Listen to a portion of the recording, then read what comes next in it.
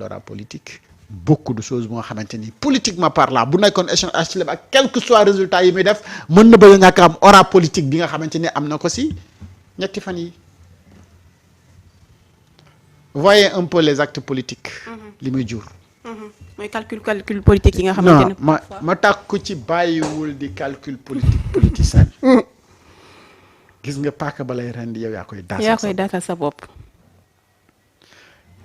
ndax ba ñoom Moustapha Diakhaté di ñëw ci Macky Sall di ko wax booy inspecteur des impôts et domaines bii faaw nga fexe nga dàq ko parce que c'est tout simplement un simple fonctionnaire amul yeneen business yu mu def te moom mu ngi kurti yor ñaari jabaram ak njaboot gu ndaw te moom ci simple salaire am la mos a yem maanaam musul laal guerre musul lii économiquement économiser wul luy tax bu jógee foofu mën a dundal njabootam gi bu boobaa dina bàyyi amerde nit ñi dugal ci noppu Macky Sall ne voilà une personne mu nga xamante ni boo ko limogé mooy toroxal nga ko ok kii di ma waaj a sonal nii faaw ma jëm ko toroxal mu signé pour radier ko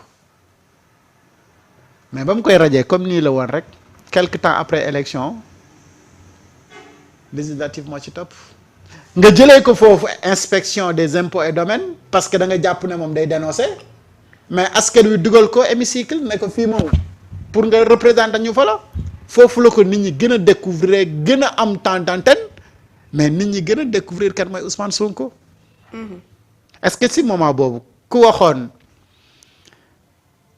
Macky Sall ne ko kii boo ko joxoon plus de responsabilité ci impôts et domaines gën ko chargé muy gën a liggéey bu boobaa du am temps wax politique nga xamal ko ne ko boo ko dàqee nag day dem hémicycle pour mu li konoon wét na ma ni mu nommé Ousmane Sonko directeur général des impôts et domaines moo koy gënal mu dàq ko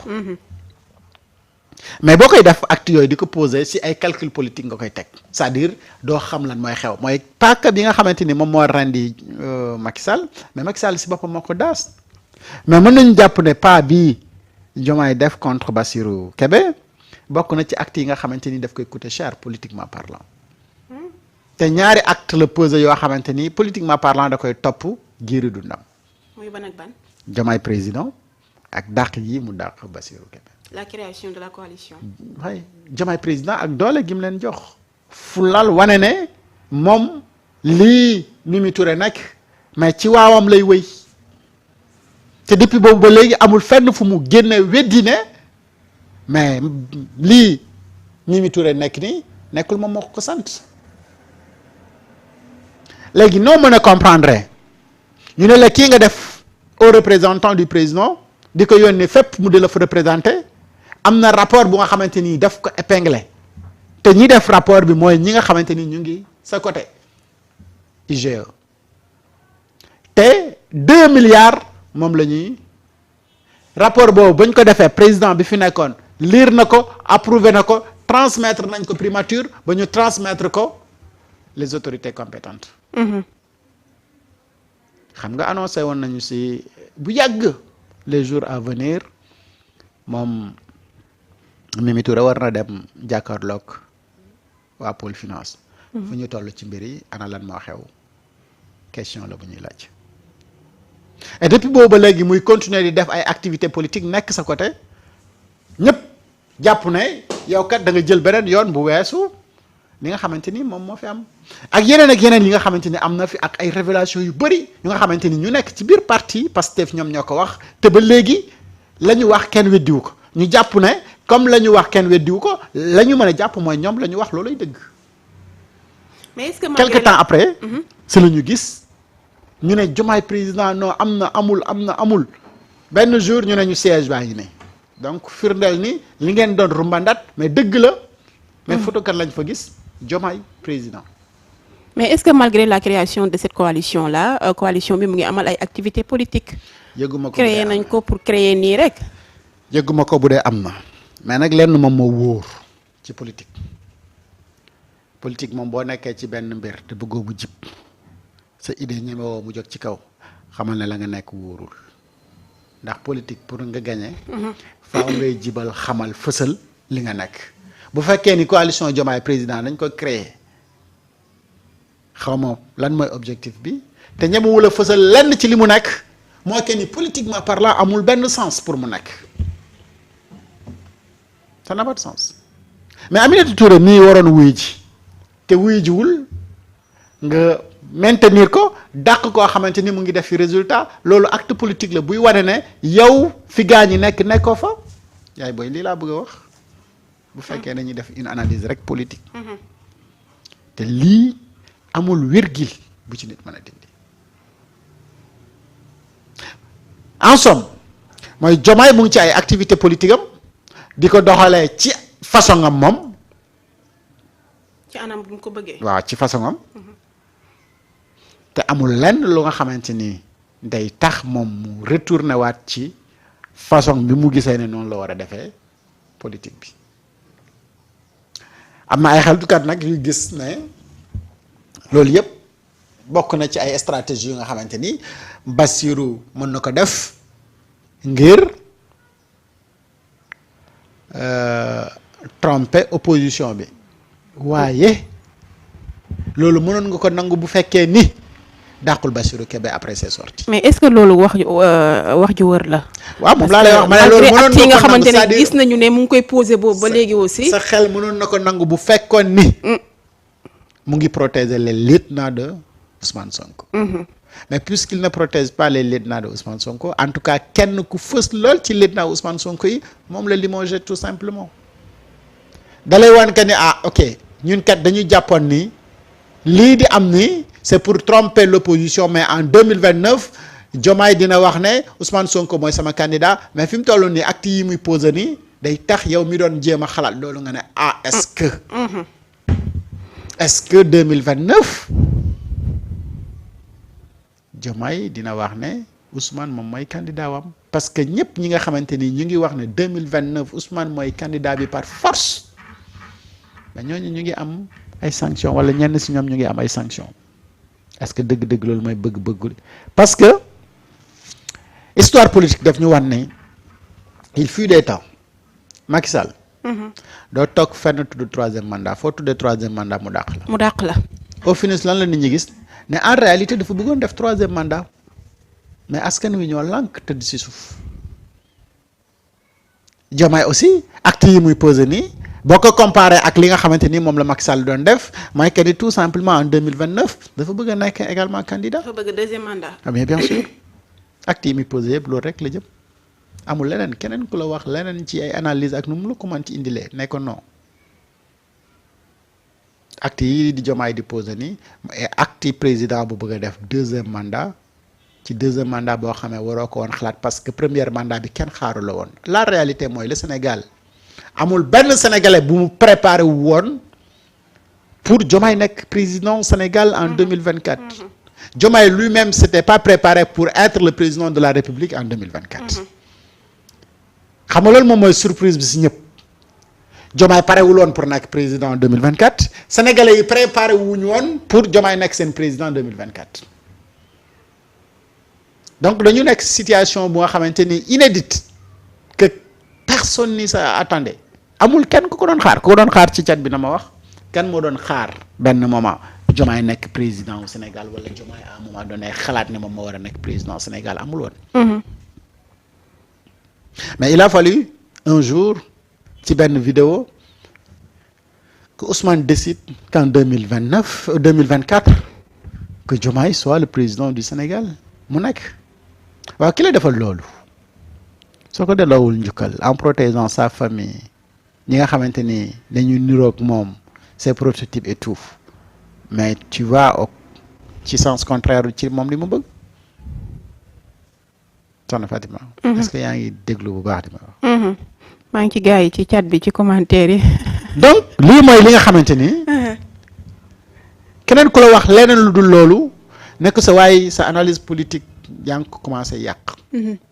parce que politiquement parlant li nga xamante ni moom la ñu gis le président di ko def mooy mu ngi doxee tànku ku bëgg a am un deuxième mandat. mais lan moo tax le président histoire politique fi mu jaar ba yegg si fii. est-ce que tey war na ko may mu xalaat ni moom dafa war a nekk candidat parce que la candidature de Diomaye en 2029 n'appartient même pas à Bassirou Diomaye Faye mais appartient au parti PASTEF loolu PASTEF moom mooy évaluer est-ce qu'en 2029 on doit reconduire Diomaye ou on doit choisir un autre Ousmane Sonko wala quelqu'un d'autre. mais malgré jaar-jaar bi nga xamante ne Diomaye am na ko avec le parti Pastef lan moo tax ñu war a ou bien mu war a dagg li nga xamante ne mooy cordon ombilical bi ci seen diggante. waaw léegi loolu naa si ñëw mais bu ma continuer tuuti damay bañ. fil bi. waaw mu réer la ay ca. maintenant nag on ne dit pas que ni il n'a pas le droit d'avoir des ambitions d'avoir benn deuxième mandat. mais pour nga nekk candidat soit candidat indépendant nga war a doon wala nga bokk ci parti. et coalition moom mooy regrouper plusieurs partis et coalition Diomaye président ba léegi xamaguma parti bu fa nekk. non non Mimi mouvement la yor. gis nañu ba mu sosoo ba tey ay. mouvement la yor te mouvement bi xaw ma wala yenn mouvement yi nga xamante ne ñu ngi ci. Mimi mouvement la yor mouvement mooy Mimi 2024 te xaw ma ndax mouvement bi sax am na récépissé. léegi ndax waroon na dagg cordon ombilical bi entre moom ak Pastef dama jàpp ne warul parce que li tax nga nekk loolu da nga ko war a nekkal. boo fàttee li la fol. li lay fole da lay bett mais li tax nga nekk loolu da nga ko war a nekkal dégg nga li ma la wax. sa toogaay bi bu jekkee 16 ba fa nekk tax n'est-ce pas. waaw boo waxee 16 bi dem. bëgg a toogee nii nooy def. dina doy waar. voilà moo tax nag li tax nga nekk da nga ko war a nekkal mais loolu tax moom mu nekk président de la république mais loolu la bëgg a neenal te politique nag yooyu saa soo ko defee rek da nga koy gis nii moo waral impopularité bi moo waral sa communication bu nga xamante ni aujourd'hui c'est tout un problème et mais nag. soo jàngatee un peu da ngay gis ne le problème fondamental mu ngi ci tout au début qui est autour de Diomaye et au palais entourage Diomaye boo ko xoolee rek nga xam ne donc un peu divorce bi Diomaye ak Pastef xaw na annoncé wu un peu plus tôt qu'au palais de la République citoyen rek nga fa doon xool gis na kii pastéfien la c'est-à-dire c'est un patriote dans l'âme mais aujourd'hui dans les activités même de Diomaye pratiquement doo ko gis da ngay sax fàtte ne il est ministre conseiller et coordonnateur de la communication au palais de la République parce que à côté il y a un autre ministre conseiller bu ñu voté et bu ñu nommé et qui est chargé de la communication du président. Cela veut dire quoi? Intelligemment, le gars a été écarté. Depuis kañ nga gëj a gis citoyen si ay mbiru présidence. Et pourtant dañ ko nommé woon pour coordonner la communication à la présidence de la République. lan boo jàngatee. ñi nekk ci cabinet président ñi nekk autour du président et cetera nga xool ñooñu. seen lien ak le parti PASTEF da ngay gis ne daanaka amuñu benn lien ak le parti PASTEF est-ce que aujourd'hui le président mu ngi accordé ñi parti boobu pour accompagner ko ci ay mbiram ou pas mais da ngay gis moo tax ñenn ñi di la wax ne il a pris le mandat gars dañ ko jox le mandat et le projet moo jël le mandat et après il crée son projet. di wéyal ci projet boppam. oui te ñaar yëpp la waroon jël le projet et le mandat parce que projet bi moo jiitu mandat bi projet bi mooy yaayu mandat bi. da nga waroon a jël ndey ji ak doom ji waaye il a préféré doom ji bàyyi fi ndey ji. te waroon boot ñaar ñëpp rogganti leen. waaw te ndey ji ba léegi mu ngi fertile mën a amaat beneen doom ndeysaan. moo tax gaa ñi bëgg a jël ndey ji defaraat jox ko population bi nekk jëkkër ji pour mu juraat beneen mandat pour keneen it. xam nga mbirum politique ni si Diomaye nekkee ak ni mu ci nekkee ak Pastef dañ cee mën a waxtaan lu yaatu. waaye waxtaan wi li muy yaatu da ngay gis ne y a qu'un seul perdant. Il y a qu'un seul perdant, c'était le militant ou le militant de Pastef qui est devenu candidat de Pastef et président. Moom mooy le seul perdant ci logique bii mu nekk. Parce que en 2019 la gars ñi laajoon Macky Sall ndax da ngay def 3e mandat mu ne ni oui ni non. Diomaye à peu près même date bi même heure bi gars yi laaj ko ndax da nga xalaat def un 2e mandat ou non mu ne wóorul ma ndax 2029 dina ma fi fekk. donc bala maa wax ndax damay def daf may wóor et pourtant yaa ngi planifier ay projets yu jéggi 2029 xam nga paradoxe commencé na ngeen baal moom paradoxe commencé na dugg. muy paradoxe. oui. mais bu fekkee ni da ngay def analyse politique da ngay jàpp ne du paradoxe tout simplement amagul courage yu tontu li mu bëgg. mooy que ni en réalité il veut un 2e mandat et il n'a pas encore le courage de le dire publiquement comme Macky Sall ni mu koy defee. léegi nag loo ñemewul a wax da ngay poser ay actes jëm ci comme Macky Sall ni mu ko doon defee également. xam nga Macky Sall ñemewul woon ñu wax ne dafay def 3e mandat. mais da doon poser ay actes yu jëm ci. bëgg a def 3e mandat. Diomaye it ci lii la nekk. mooy ñemewul wax waa Pastef dama bëgg 2e mandat pour le moment mais mu ngi teg ay actes yuy wane ne dafa bëgg un 2e mandat.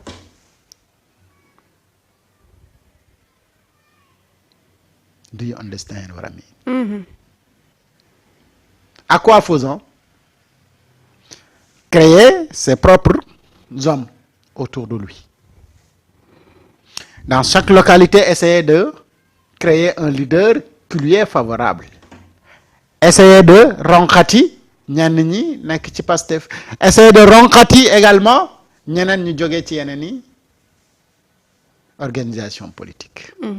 muy parti yu ndaw ndawaan yi. waaw. wala mouvement yu ndaw ndawaan yi ak parti yi nga xamante ni seen leader yi gëmuñu lu bëri.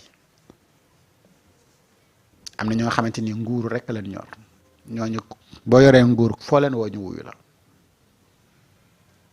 waaw gis nañ ko ci ñenn ci mouvement. en faisant calcul bi da ngay gis ne ñenn ñi dañuy ñëw ne ko wéy yow boo jëlee li nga am ça te ferait tant de % ñii bu ñu jëlee lii pa defal la benn schéma arithmétique ba mu wàll ne la au pire des cas 2e tour ngay dem sinon tu vas passer à 51-52% au premier tour et voilà parce qu'un président ne perd jamais un 2e mandat.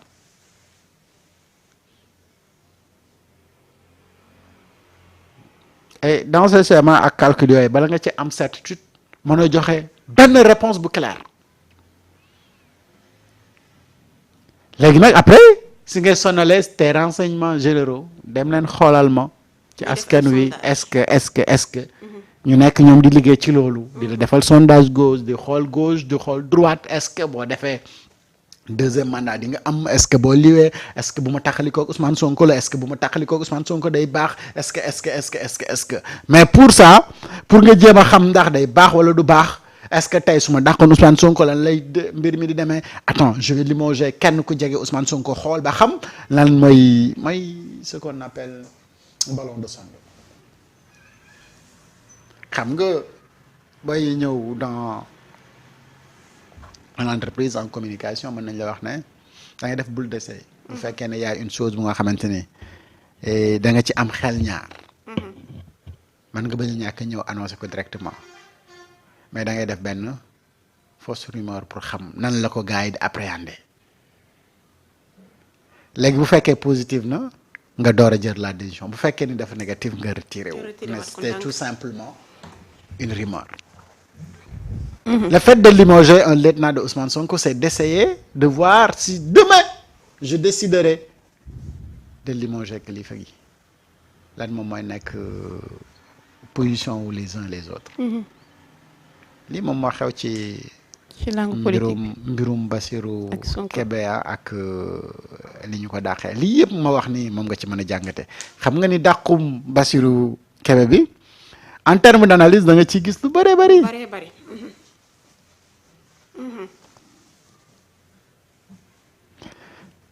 mais bon li duuf si nag yëpp xajandoowul ci cin xajandoowul ci cin li. xajul buñ ko ci cin li. daggee dafa xajandoowul ci cin li. xajandoowul ci cin li. waaw mais li duuf si nag yëpp xaj na si cin li.